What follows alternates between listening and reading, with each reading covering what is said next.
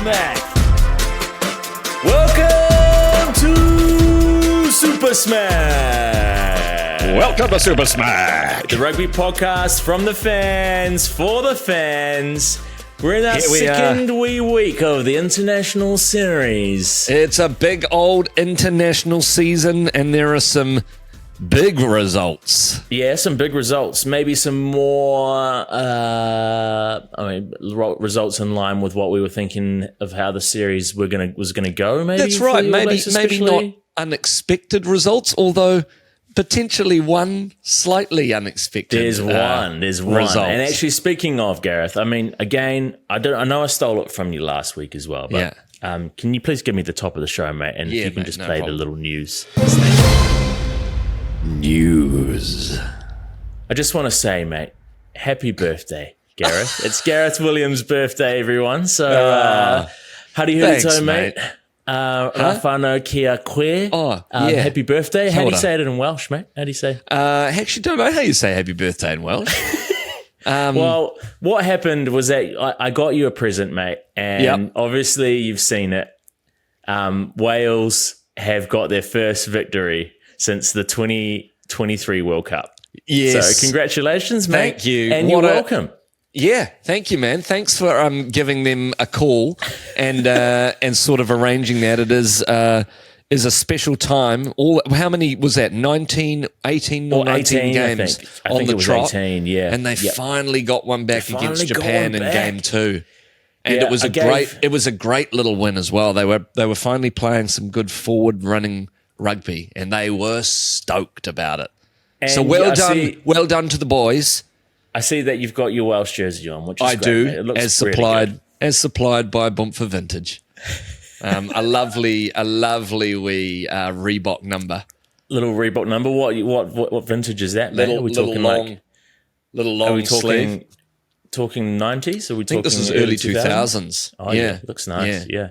So who would have been on the team?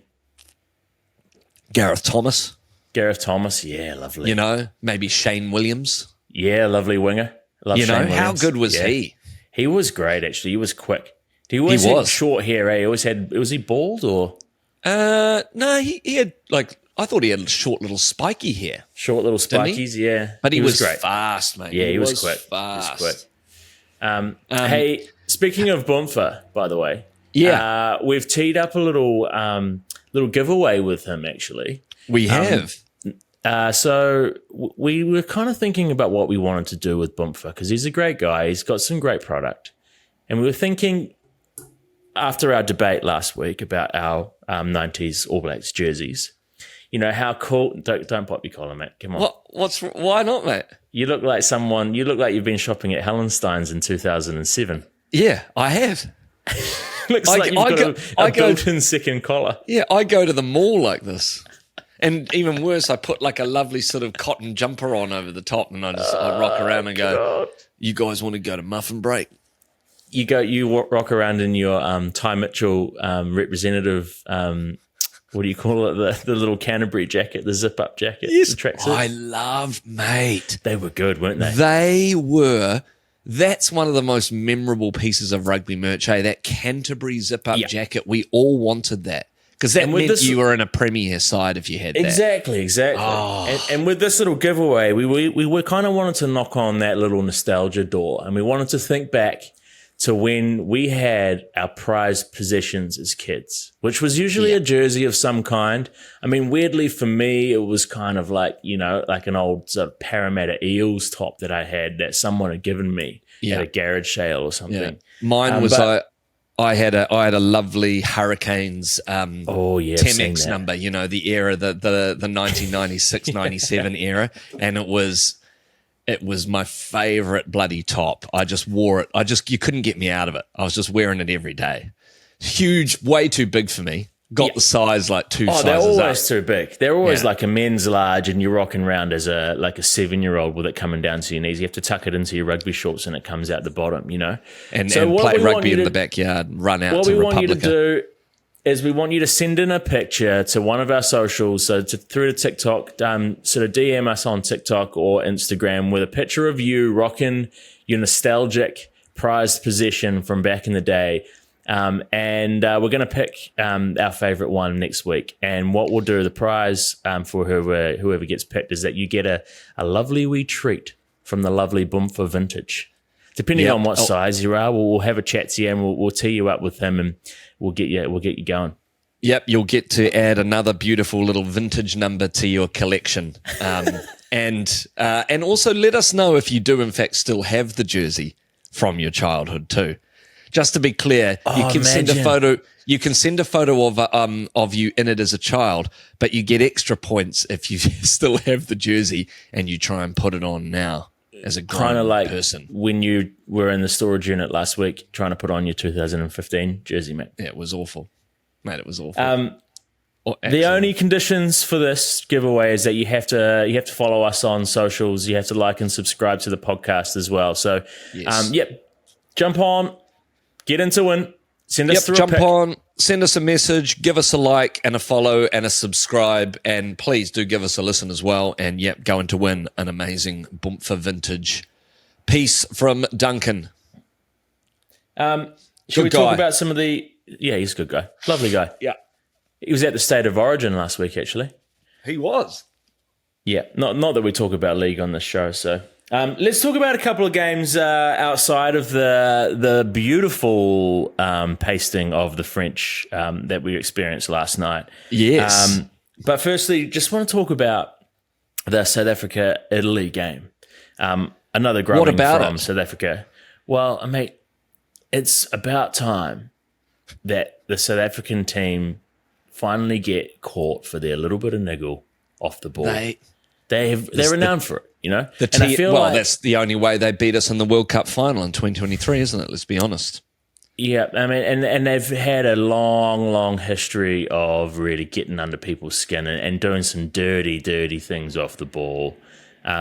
Bucky Spalter he had a couple of real shockers. Remember that one where who was it, Jimmy Cowan or like Justin Marshall? I can't remember who it was. Like gave him a big. He just goes straight into him on the. No, it was Richie McCaw, wasn't it? Oh, was it Richie? No, I think there's another one on Richie. He did one on a halfback as well. Who was on Richie? Someone got him. And Quade Cooper got him on the with a knee to the side of the head. And we were all like, "You don't touch Richie McCaw, mate.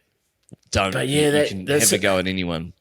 They finally got caught a couple of times in the weekend, and they got a straight red card for someone doing a headbutt, and they had him in a little tussle off the ball. And he's just gone straight, like a straight headbutt, head to head. He just clocked him on the nose. What I love it with that is it's not like it's a heated display of competitive rugby. Like they're smashing them, and then he just goes in for a little casual headbutt to talk about rubbing salt into the wound. It's like, mate, ease up. You don't want to send. They're going to be going back to Italy bruised and battered from 2 hidings as it is. The poor buggers. Leave them alone. But South Africa is so good at the moment that they had 13 men and they scored 3 tries when they had 13 men off the field, which is on the field. Sorry, which is crazy. I mean, so they are really good. Well, the series, the Rugby Championship is going to be the thing to watch. I mean, when them coming to Eden Park, I'd probably say that's the game, international game of the year, I'm going to call it. Like that's the biggest game of the year. It's at Eden Park where the All Blacks still remain unbeaten since 1994 against South Africa, who are clearly the best in the world. It's basically the best chance they've had, or anybody's had, to lift the Eden Park hoodoo for a long time. So that's going to be an insane match. I don't want to lose that. I don't want to lose that. I don't want to. That 1994 thing is great. I mean, I suppose. Would you rather, if there was a team that you'd want to lose to at Eden Park to break the kit, like who would it be? Like it's probably South Africa, right? Like at least you have a respect for them as being a quality rugby side. Like you wouldn't want to lose to the Aussies, the French. Certainly not to definitely England. Not to England. Maybe like, I mean, I think the softest blow would probably be like Japan. Like I wouldn't mind losing to Japan because they just wouldn't be dicks about it. They wouldn't be dicks about it. Well, they'd probably like just very honourable. Walk off. Well, no, and they would just, I think they would, they'd be frothing, obviously. It'd be a huge, like probably the greatest achievement in Japanese rugby. but I think they just wouldn't rub salt into the wound, you know. I think South Africa, I'd be okay with it. It would make sense, but I'm also going. It's not going to fucking happen. It's not going to happen. The All Blacks won't allow it. I think we won't what allow would that shit to go down. If one of the teams that's actually going to like compete for the World Cup, the next World Cup, beats us, then it gives them a psychological edge. We've got to hold that. We've got to hold that record at Eden Park. It's very important to the team, I reckon. Yeah, it is. It is very important, yeah. But that's going to be an absolute, that's game of the year. That's huge. That is absolutely huge. Are you going to go? Is that you going to go to Eden Park then? Yeah. Well, we're going to try and be there with Super Smack, I think. Try and get along to the game. That'd be good, wouldn't it? If you are going to South Africa, New Zealand at Eden Park, you'll see us there. Come and have a chat. Come and have a yarn. And you can get on the pod. There's one more thing from this South African game. We had a couple of cutaways, obviously, up to the coach's box with Rassie up there. Couldn't help but notice a little Bellcluther Southern man up there. Tony Brown. Tony Brown. There he is. Proud? Or what? Like, are we a little bit pissed off? Like, no, mate. I'll tell you what I am. I think I'm just a bit jealous. Are you jealous? I think I'm just jealous that they get a little bit of Tony, and he's obviously doing wonderful things for them. And so I'm like, a little pisses me off a little bit because it's like, oh, fuck, they don't need any more help. Excuse me. They don't need any more help, you know. I mean, they're good enough as it is. It's like, Tony, don't give, you know. Go back to Dunedin, mate. Go work in a lovely shop at a farm or sell some things at the farmer's market. You're saying he's a traitor? I'm not calling him a traitor. I'm just saying it would be nice if he could avoid doing it. But no one was offering a job at the All Blacks. So, I mean, he's within his rights to be there, mate. Oh, of course he's within his rights. It's just that he's just making South Africa even better than they already are. And it's like, oh, God, don't do it to us, mate.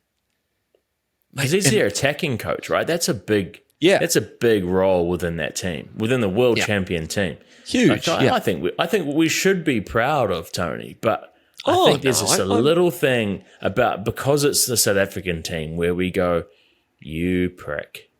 You just go, Southland like, prick.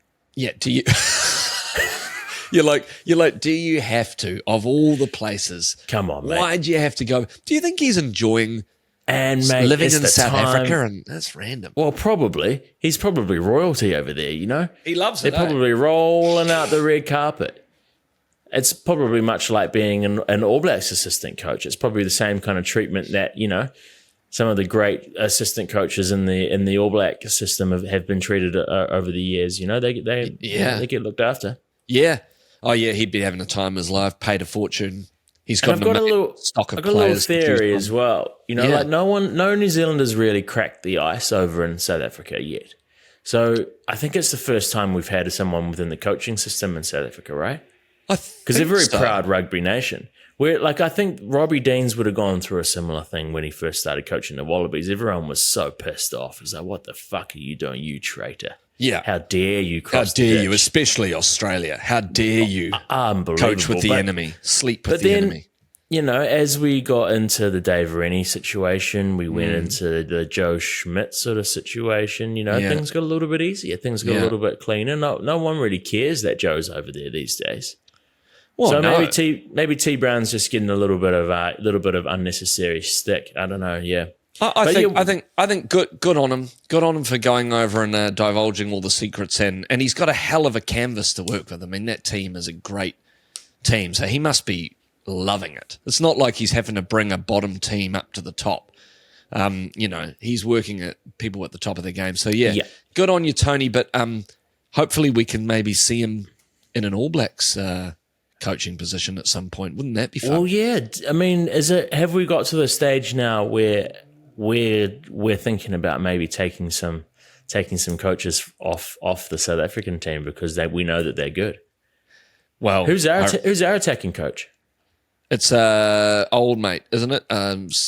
Jason Holland. Is he still in there? Jason Holland. Yeah, you're right. Yeah. He's the He's pretty good, isn't he? He was the old Hurricanes coach, right? That's right. I mean, maybe we get T Brown in for next season. Well, he'd be a bloody good addition. He would. Yeah. I reckon he's got, one more year, Tony, and then you have to leave. Promise? Promise? Imagine the NZRU could give us a call. It's like, hey, mate, sorry, just you're in breach of your Highlanders contract right now. He's still with the... Yeah, you're supposed to have 20 years of gardening leave. They did a 20-year non-compete clause at the Highlanders. Yeah. So he's after you leave this team, you can never go anywhere else. So what we're thinking, no one will Tony, want is, mate, we won't actually take you to court. We won't actually action this clause. But what we just have to have you back in New Zealand to coach for the All Blacks next year. You promise? You promise, mate? You promise, mate? Yeah, it'll be good. And he's like, I swear. Yeah. Yeah. Surely he wants to come home. You wouldn't want to live in South Africa for too long, would you? I can't. Oh, it depends where you are. I've heard Cape Town is amazing. Is it? I've heard it's beautiful. Yeah, absolutely. Okay. Well, maybe that's where he's based. You got, I mean, it's good food, you know. I think there's definitely parts of South Africa that are have a little more crime and violence and stuff, I think. Do you think he'd be eating a lot of meat? Do you think his meat intake will have gone up? He'll be doing a few braai, won't he, on the old few saucies on the braai. Yeah. And that'd be good. They do. Imagine going to Razzie Erasmus's house for a wee meeting. Yeah, there must be some big steamy colons in South Africa. You know, maybe they go out and they like shoot an animal and have to gut it. I reckon they'll do. I reckon that'd be a giraffe. Oh God, no mate, a South Africa coaching, a white rhino. No, a coaching group. It'll be their team building exercise. You know, to shoot a white rhino. I reckon they'll be. I reckon Razzie would get them over at like 4 a.m. They get in a jeep. They go somewhere out to the countryside, set up camp, talk about the game while they're loading their rifles and having like a coffee and a little bacon and eggs over a fire. I reckon they reckon they get in the guns and they're off for a hunt. And I reckon they get like a little gazelle or a little elk or something. Yeah, something. A little Thompson's gazelle, mate. Something that there's heaps of. Yeah, heaps of, and like I think Razzie's he's into the sustainable side of things, so he's probably taking something that there is an abundance of in Africa.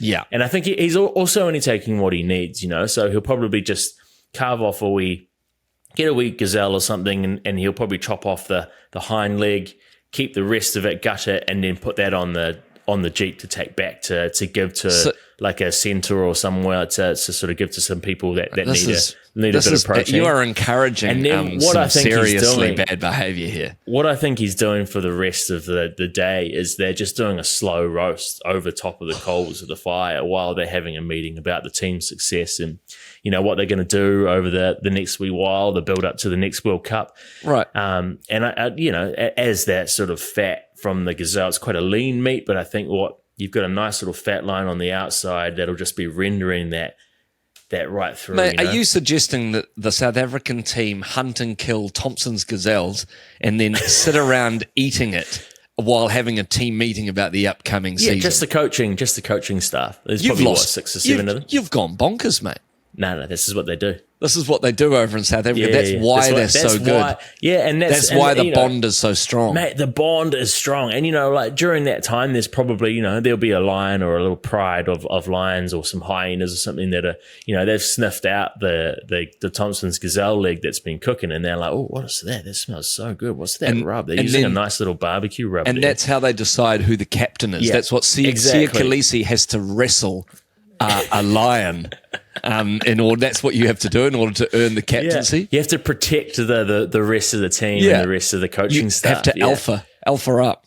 Yeah. So I mean, that's what happens, and it's usually I think they'll probably be dropped off at sort of after sunset. Maybe they'll probably have a couple of beers in the afternoon sun, and maybe into a couple of little whiskeys, a little sing song, maybe couple of toasted marshmallows over the coals again. All right, what does that mean? They're like singing, like around the sort of like Are you just nice making that up? African chant around the fire. Are you making up an African chant? Don't do that, mate. I'm just sort of like making up like what it might sound like, you know? Yeah.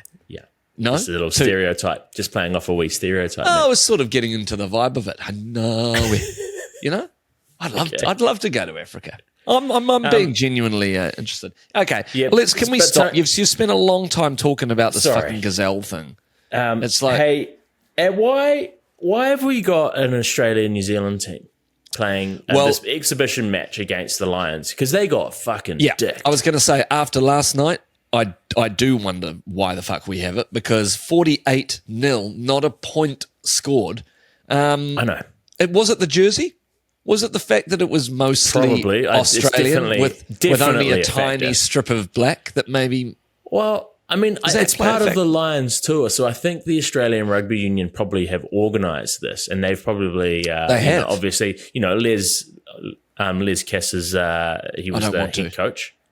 Oh, yeah, sorry. Yeah, he was the head coach. I think with it was just Fozzie as assistant. Yeah, with Fozzie as his little assistant, right? So, yeah, well, not little assistant. He's quite a large man. He's portly these days.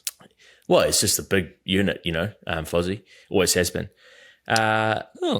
Sorry, what was I going here? But the uniforms were shit. Yep, you're right. Yeah. But also, like, what are we doing this for? Like, I mean, these are all players that have never played together before, apart from, a couple of the Australian players might have, a couple of the New Zealand players might have, but they don't know each other. They don't have any combinations. They've got no history. They've got no chemistry. Essentially, it's a barbarian side with just Kiwis and Aussies, right? But you think that they would have put up a little bit more of a fight? I mean, 48-0 was a drubbing, and there were definitely calls from, Eddie Jones and other people that maybe the ARU could have actually put together an Aussie 15 or an Australia A side. Well, that would make much more sense, but a lot more beneficial to rugby over there, because you've got this weird invitational side coming over and just getting absolutely plastered. I mean, what's the point? I guess it sold tickets. Was it sold out? Yeah, but sold out. But I mean, you're only going to get that audience once. And if it's a good game, you might get them again. But when it's a one-sided affair and you're spending probably maybe $80 on a ticket to go to this game, you're going to be pissed off, right? I mean, it wasn't. The thing that grabs me a little bit is looking into the media today. Had David Havili, I think he was the captain of the side. He was co-captain with co-captain. Whoever it was, the Aussie guy. Can't remember. And also Les Kiss. David and Les sort of came out and said, it was just a really great experience. We had a really good time. Loved it. And really hope that we'll be able to do this again. It's something that we should really look after. And I'm like, hang on a minute. What?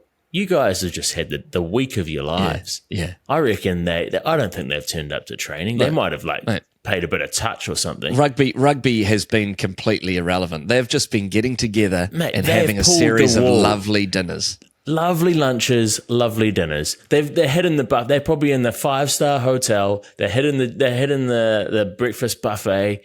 They're going up to the omelette chef and getting a fucking 5-egg omelette with feta cheese and lots of, jalapenos and whatever else in there, some fancy shit. Gazelle.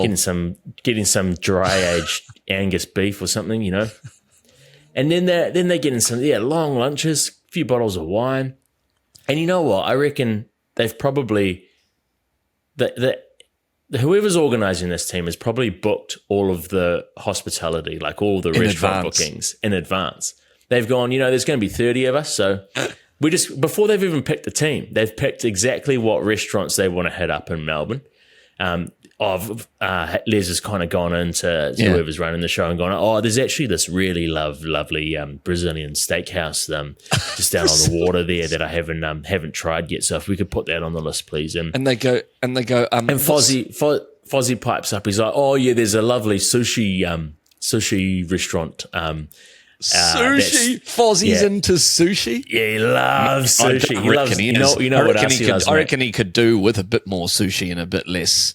Fucking BK. He's straight into the karaage chicken. You know that. He's not ordering any of the nigiri or any of the sashimi or anything like that. He's not going clean. He's going for the tempura. He's going for like the deep fried shit. He's like, and it's a light fry. And he's convinced his doctor. He's like, it's a light fry. And even like it's a light fry. And even a tempura courgette is like almost too healthy.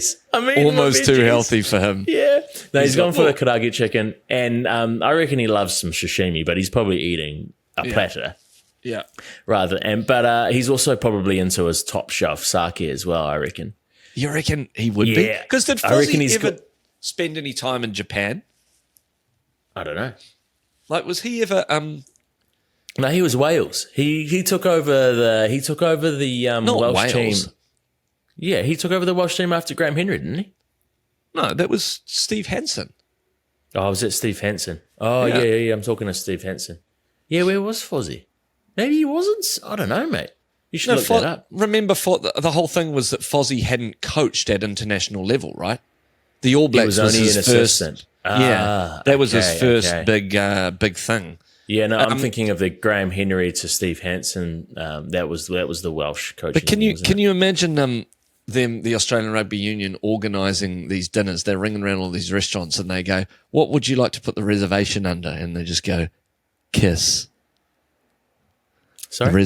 The reservation, it just under Kiss. Kiss? Les Kiss. Okay. I just think how good it would be to walk into a restaurant, how good it must be to walk in and go, reservation for Kiss? Booking of 4 for Kiss? For Kiss? Excuse me? And you'd always, it's quite hard to say that word without being a little sensual. Kiss. Well, that's such a lovely sounding word, Kiss. Very soft finish to it, doesn't it? Yeah. Never met another person with the last name Kiss. It's very well, you unusual, haven't met Les either.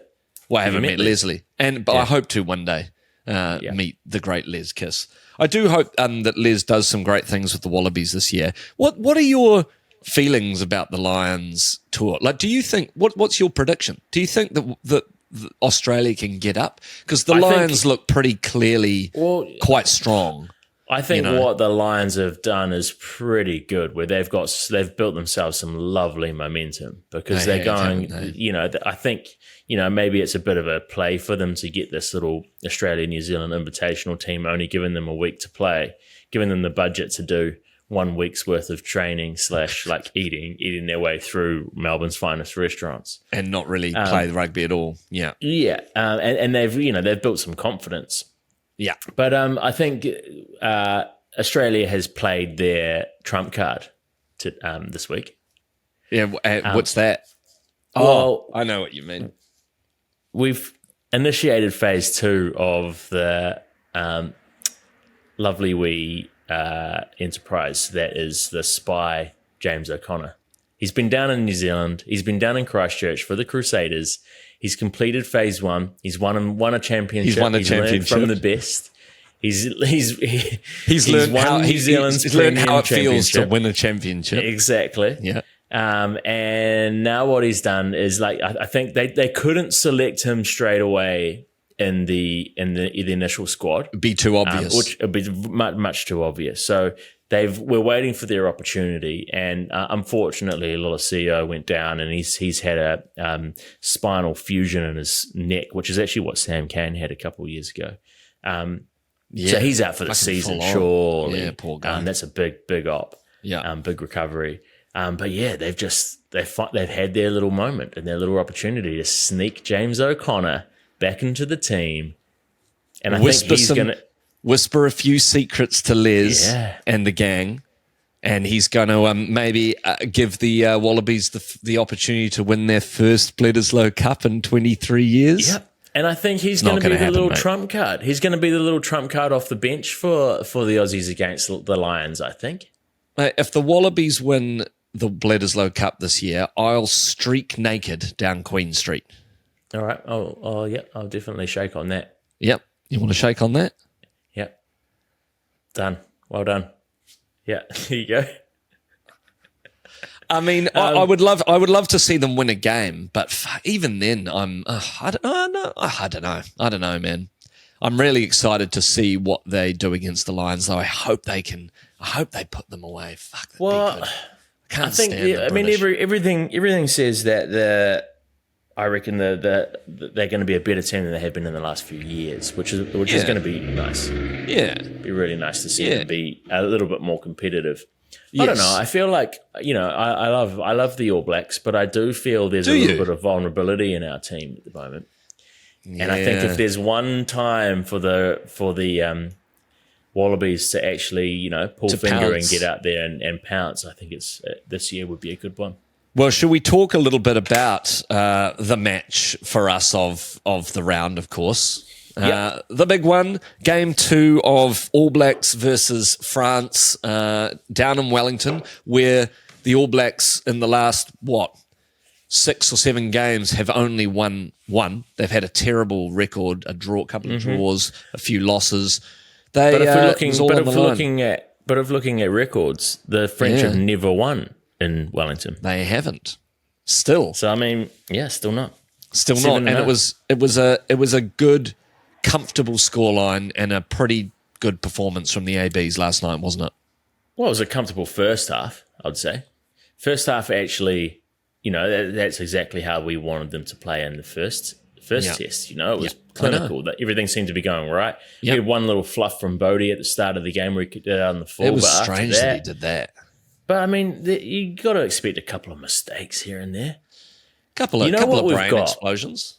You know what we've got is some fucking good discipline. Like, we haven't had a card yet in these 2 games, which is actually pretty rare for the All Blacks, have we? Well, Bodie got sent off last night. Oh, Bodie, yeah, sorry. Which was absolute bullshit. Well, no, it's not. Hang on, they did have a 2-man overlap, didn't they? No. I think it's fair enough. It's just like it was an instinctual. It was unlucky. He hardly touched it. Like he just. And also, if you put anyone on the field in that position, they're going to put their hand out because it's just instinct, right? And I would have liked to see that French lock get more than a bloody yellow for dumping Geordie Barrett on his head. What the fuck was that? He dumped him right over 90. And then the thing that made Geordie's nose bleed was the headbutt he did afterwards when he was on the ground. Is it not enough to just tackle a guy over the horizontal that you have to fucking rub it in with a headbutt? What's this guy on? What did Geordie Barrett do to him? But if you're doing 2 yellow card offences, does that not mean that it's instantly a red card? 1 + 1 = red. Yeah, 100%. Doesn't that does one trump out the other? Is that the rule? No, mate. I think getting a yellow card, it's sort of like claiming an insurance on your car. You sort of you do one claim at a time. You're getting a couple of prangs in the same claim. So that you don't have to pay double excess. Well, it's kind of like when you've got a penalty advantage and then you score the try. Like if you're on your last warning, the ref's gone, all right, no more penalties down this end of the field, or we're sending someone off. And then the opposition team starts rolling in again, and then advantage, you're offside again, and everyone looks at each other and goes, fucking hell, Gareth, why are you offside? You're going to go off, you idiot. We're down to 14 men. This is ridiculous. Then they score a try, and everyone's like, we got away with it. We didn't have to get someone taken off. It's like the ultimate hack when it comes to send-offs. Just let them in for the try, and the ref forgets about it. You get a hall pass. Wasn't something going on back there? No. Oh, no, try. No, try. Yeah, I mean, he was pretty. That was pretty hard on old Geordie. He should have. Yeah, fucking hell.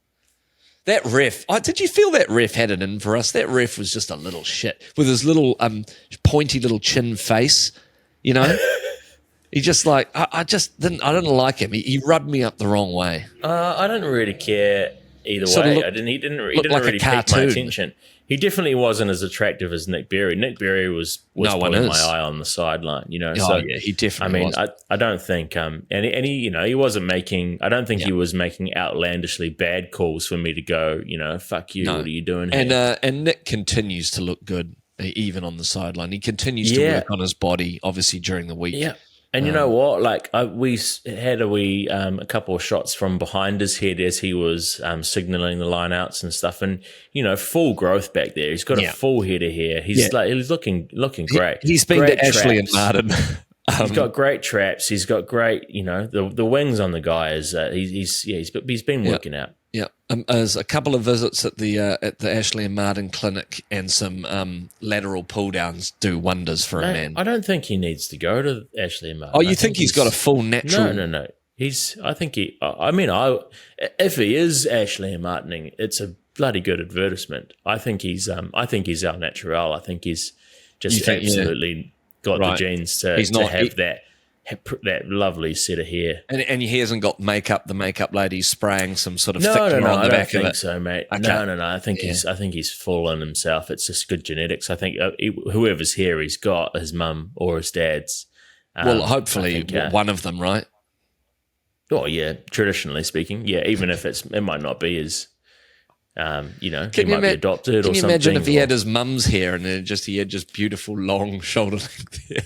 Mate, I've got my mum's hair. What do you mean? Your mum doesn't look like... My dad's got really thick, curly black hair that turned grey when he was 18. And so I don't have that because I don't have much grey. I've got a little bit of grey in for the side here now. You look lovely. You've got a little bit of refined salt on the pepper on the side. Yeah, exactly. I think most guys... You're doing all sorts of shit to your hair, aren't you? You're colouring it all the time. You're getting blow waves and shit like that. Now that you're in LA, work and it's growing out, mate. So it's just a little sun kissing there. That's just a little bit of the LA sunshine. Is that natural? Is it? Yeah, it is now. Yeah. Okay. All that colour's been cut out, but you see, there's a little. That's really lovely. It's just quite hot here, mate. It's lovely. Really nice. Does it match the curtains? Match the drapes? The curtains match the carpet. Sorry, mate. I'm bald as a bald egg down there.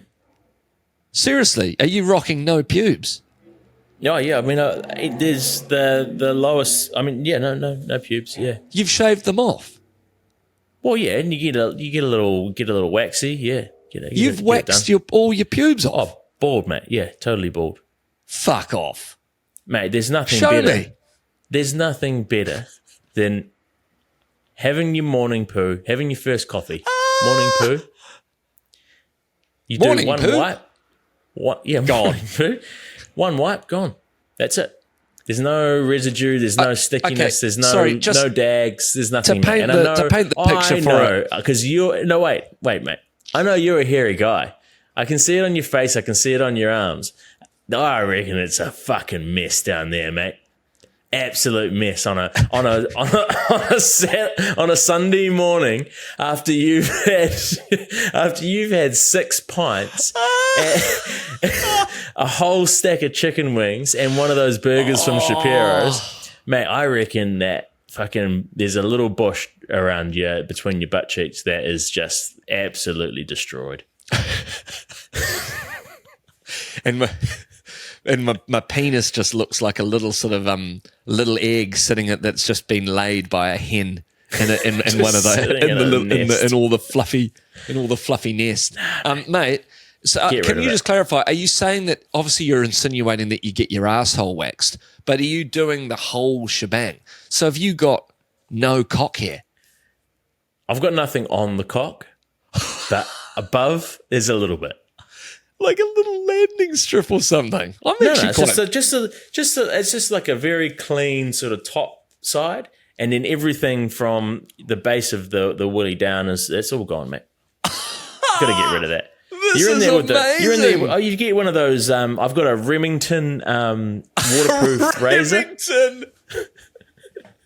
Waterproof razor, mate, and it goes off. It's great. You just need to do a touch up once a week.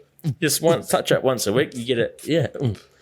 Mate, I actually am surprised. I didn't realise you took such care with your manscaping. No, but once you do it and you're on the other side of it, it's a game changer. Yeah, I mean, obviously for your sexual partner or partners, as well. Yeah. But mainly for hygiene, I reckon it's just great. Right. Yeah. Jesus Christ. So Nick Berry's led us on to that conversation, and he also had a great game on the sideline. But yeah, we had a few shifts in the old outside backs this week, which was interesting. We did. Sevu had a little head knock at the start of the last game, and that ruled him out of this test as well. And then you picked it. They called on the other winger. Caleb Clark, who I think was probably practicing the high ball because that's what we needed him to do. We definitely and he's probably, I think he must have landed funny on his ankle, so he's got a little ankle injury. It's such a shame for him because he was going to be exciting. How did you rate Narawa's performance? Like, how did you think he went? I was thinking about that actually. I saw an interview with him after the game. And I kind of, because I wasn't quite sure how he went, and he definitely had some good moments, and he was like looking for work. He's hungry for sure. Yep. But I think he was shitting himself, man. Yeah. I think he was fucking nervous, and he said so in the interview. He was like, because he was a late call up, so he didn't have much time to mentally prepare. And you know what's pretty awesome? I don't know whether you heard this. Imoni Narawa. Yep. Tavatava Nawai and Sevu Reese all went to school together in Fiji. Did they? Yeah, the same school. They all went to the same. Well, they would have gone. They would have Fiji. gone to the premier rugby college, probably, right? And they would have been. Isn't that fucking cool? That is fucking cool. I didn't know that. They all went there together. There's 3 Fijian All Blacks, and they all went to school together in Fiji. Yeah, that's awesome. I think that's so cool. I do like Imoni, but I was hoping he'd just have a bit of a barnstormer because I feel the one other game he got for the he's played for that wasn't his first cap, was it? No, he's played off the bench before. But he just hasn't, you've got to fire, you've got to go on and just like when Caleb, we all remember Caleb Clark's first game against the Wallabies. Yeah. That he played. I can't remember where it was, Wellington, and he just fired and it was amazing. And from there he kind of cemented himself, as a big game player. But I'm just hoping Imoni gets a chance to do that because it's always a little bit hit and miss. Yeah, the consistency is all a thing as well. You just got to have a bit of game time, man. Yeah. You know what? And there was a few other positions that, I think we've already talked about Rieko. He had a pretty solid game on the wing, scored a try, which was pretty good. I think he defended well. He had a couple of little line breaks, which were great. Yeah. But the person that's replaced him in the centres, I don't know, Billy, man. What do you think about Billy? I think he was a little bit off. Mate. I don't know, mate. Billy has got some defensive things to work on for sure. What do I think about Billy? I think he just needs to be given really good ball, and he's got the ability to break. He's not been given good ball from. I don't know. I don't know. I feel like he's definitely got the ability to break the game open. Potentially test level stuff. He's just getting used to that as well. I think he's definitely someone to keep pursuing over these next couple of games. But my question would be, if he leaves, if they go without Billy, what's the centre combo pairing? What happens? We just bring Leonard Brown back in. No, but say if Leonard Brown is not fit. He is. He's already fit. Oh, is he already fit? He was fit for selection this week. So you bring him back? Yeah, so he just comes back. I think that's a natural fit. Yeah. And you know what? I don't think Billy has done enough in these first 2 tests to keep Anton Leonard Brown off the field for next week. No, I would be putting him in. Would you agree with purely, that? Yeah, I would agree with that. Purely on the fact that, Albie is such a veteran. We'll want to see what he does, him and Geordie there, that experience. I really love the developing combo of a Hurricanes 12-13. I love it when the All Blacks. I love it when the All Blacks have combos that also play, well, not just the Hurricanes, but play super level together. Yeah. It's and really the cool. thing. You want that chemistry, and you want that to bleed into the national team. Maybe Billy's a bit nervous. Maybe Billy just needs to sort of bed in a little bit and find his rhythm. But you don't get more than a couple of games, mate. No. And the greatest All Blacks of all time, think back to their first games. Like, they nail it when they play. They nail it from the start, Yeah, Julian Savia did it. Got to. All the big ones, they go, as soon as they get the ball, they just light the pitch up. Rieko, when he first came on, I feel like when you see someone not quite fire, you go, oh, mate, that might have been your shot.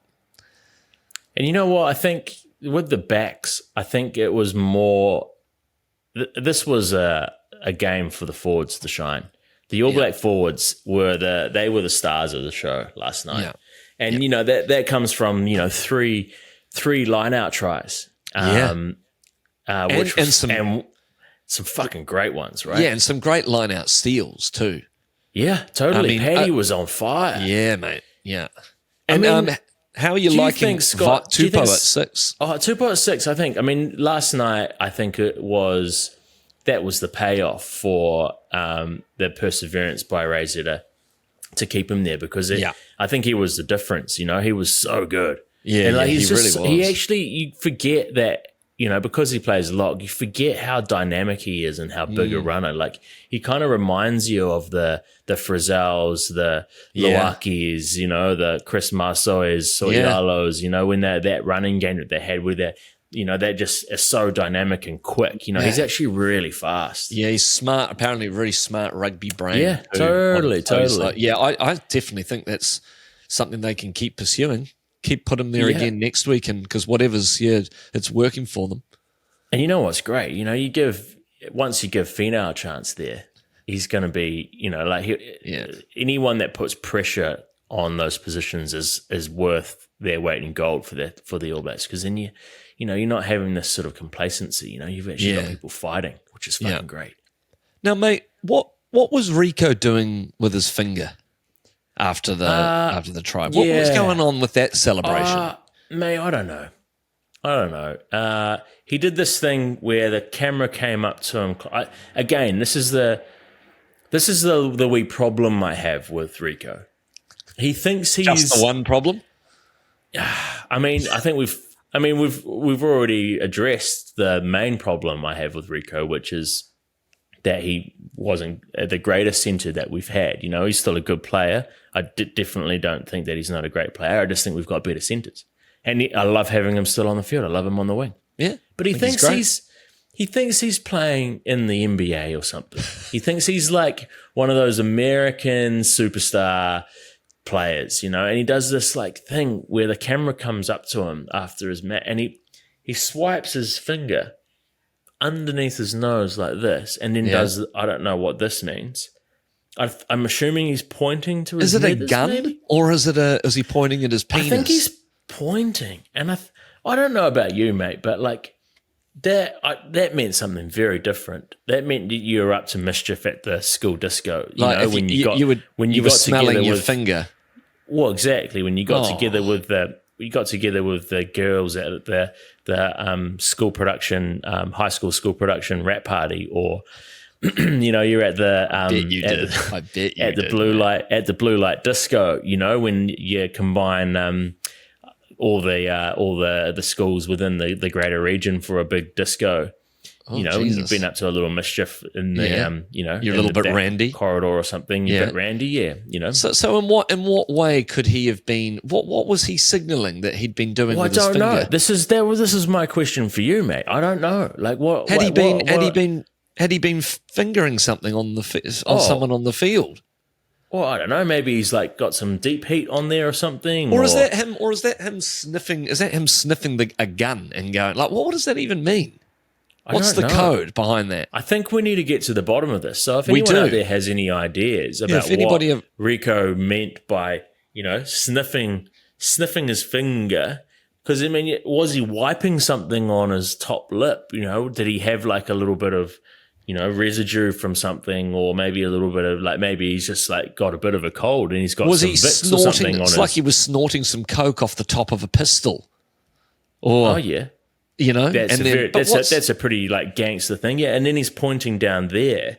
Which, by the way, is an incredibly dangerous thing to do. Please don't try that at home. Never point a gun. If you are going to snort some coke, don't do it off the top of a live weapon. Yeah, and also don't point weapons at your genitals either. Yeah. No, just keep the guns away from your genitals. I think that's a good sort of rule of thumb. And we've all seen 8 Mile, the film with Marshall Mathers. That's right, with Eminem. Yeah. It's either that or he was asking someone to smell his cock.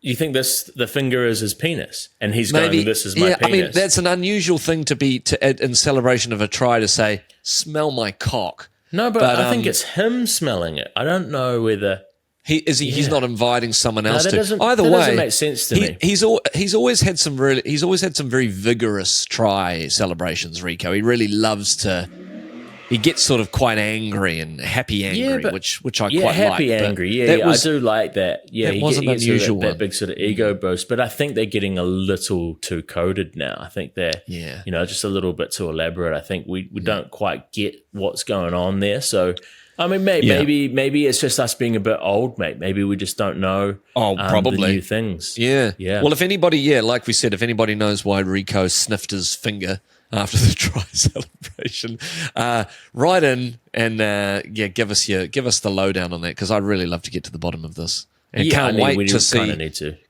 see what he's going to do next week when he scores again, which I hope he does. If he's playing, because there's the debate right now where Scott Robertson has said that he wanted to get all the players, the whole squad, into the mix for this series. So because we played a relatively similar team than the first test, I mean, if he's going to stay true to that, he's going to have a lot of rafter changes for that third test. Now that we've got the cup and the series, who would you put on next week? Like, what changes would you make to the ABs moving into Game 3? I mean, geez, I'd probably kind of keep exploring maybe if Jacobson is he going to be fit enough to come back? If Jacobson's fit, I think he definitely will. Want to give him a run. I think we want to give Albie a run as well, because he's the experienced centre that we need, So I think he's definitely going to at least be on the bench. I think it's a great call.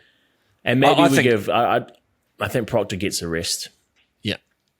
Do you reckon start Proctor again just to see and bring Albie off the bench with bring Albie on at half time or something? My one question would be: Do they persevere and keep Bowden, solidify Bowden in 10, or do you think they'll do something like bring DMAC in to start at 10 just to change things up? You know what I think they might do, mate? I think we start DMAC at 10 and we give Bodie a rest, and we bring on Love as the 10 cover and fullback cover on the bench. Yeah, off the bench. Great. Yep. I like that. Just to see what DMAC can do, right? Now that there's no pressure on winning the game. There's no pressure. We could lose, whatever. Build some confidence. If Bodie goes down for any reason at some point, that when we need him, then you've got, you're still keeping DMAC at that level. So a little experiment, DMAC in at 10, Love off the bench. On the bench. Yep. Keep Proctor in there just for one more game and bring Albie on at 60 minutes or wherever to run him back in. And is there anyone else that we're missing? Do you keep obviously who's if back? Caleb Clark is fit. Yeah, but do you give Narawa another run, or do you give Tavatavanawai the start? Well, I think what's happened. I think Tavatavanawai has had his. I think that's his test for the series. I think he's out. Well, who comes on in that starting? Who comes on and starts in that number 11 jersey? Again. Okay. Because of what I think they're doing, and this is why they bought Narawa and Caleb Clark in, I think, as well, is they're playing people true to their position. So he's selected them as wingers. So I think that's why they're outside back. So that's why they've been picked as wingers. So I think the only two wingers that we've got, if Caleb Clark is still injured, is Narawa and Ioane. Yeah. And I think we just keep Jordan at fullback because he's a guaranteed try every match, isn't he? I mean, Razor was definitely not going to play him on the wing. Somebody asked him, did you get tempted to play Jordan on the wing? He just goes, no. He's just not going to do it, eh? He sees him out and out at 15. Country. Yeah, in the world. Yeah. Let's just go for it. Hey, mate, we're wrapping it on. I know. But speaking of best players in the world, and I'll leave you with this. Thank you. I am. Fucking Cam Roygaard, man. Oh. I love that guy. Isn't he just a heavenly number 9 to have in our team? Can we say he's the best thing we've produced since Aaron Smith? He is the best halfback we've seen in a long time since Nuggie held that jersey. He is a great halfback. Definitely the best halfback. Yeah, I mean the best. Oh, sorry. Thing. No. Sorry, the best halfback. Come on, man. No. The best halfback we've had. Rugby isn't everything, mate. There are other things getting made. There are other things. There are other things in the world. Tell me what processed cheese and stuff like that. People are creating. I don't know, some sort of tech that's going to help and save people's lives, maybe some sort of like heart monitor to help people that are struggling with I still think Cam Roygaard's more important. Cam Roygaard's more important. I mean, he certainly ain't saving lives, but he is fucking doing well in that number 9 jersey. Jesus. Yeah. He that lovely little trick play off the line out was fantastic. Yeah, which I've since learned was a Hurricanes move. They stole that from the Hurricanes, man. There we go. Well, how Jason good is Holland. that? Really? Yeah. That's he is so good to watch. He's so dynamic and full of energy, isn't he? It's always great. Breaks the line.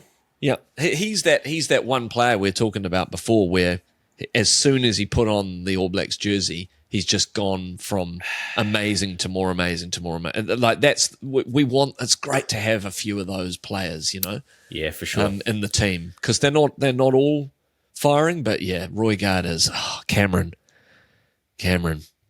All right, mate. Congratulations. My beer's Is your beer gone dry? Oh, so you want to go get another one? All right. Yeah, no, I've got to go, mate. Go. Where have you got to go? Nowhere. Well, are you having a wee birthday I'm going to go. I'll have a go of a wee beer later with Ryan and Dave and Steve and co.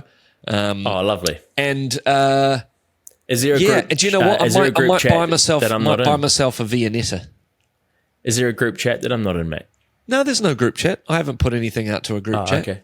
Yeah, I've just said, hey, come along, have a beer. Have there been any group chats that have started since I've left that I would have liked to have been involved in? Yeah, we've got a group chat called Without Ra.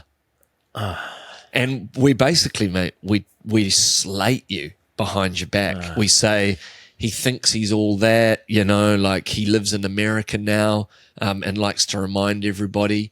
I'm not quite sure what he's up to. Like, should we have a word? Like some of his behavior, all of those kind of things. Yeah. I just thought it might be better not to add you to that group. So nothing to worry about then. No, nothing to worry about. You haven't missed a thing. Great. Nah, mate. If you're part of the Super Smack group, there's no other groups. Yeah. Okay. Good. Just wanted to check. Don't worry, mate. We miss you. All right. All right. We'll see you next week. And also, don't forget to send us your pick of your prized possession, your best jersey when you were a kid, to go into the draw to win a lovely wee Bumper vintage piece of merchandise. Make sure you like and subscribe to go in the draw for that prize. It's going to be worth it, to be honest. Oh, it's great. Yeah, get those photos through. Get those photos DM them through. All right. Hooroo. Super Smack.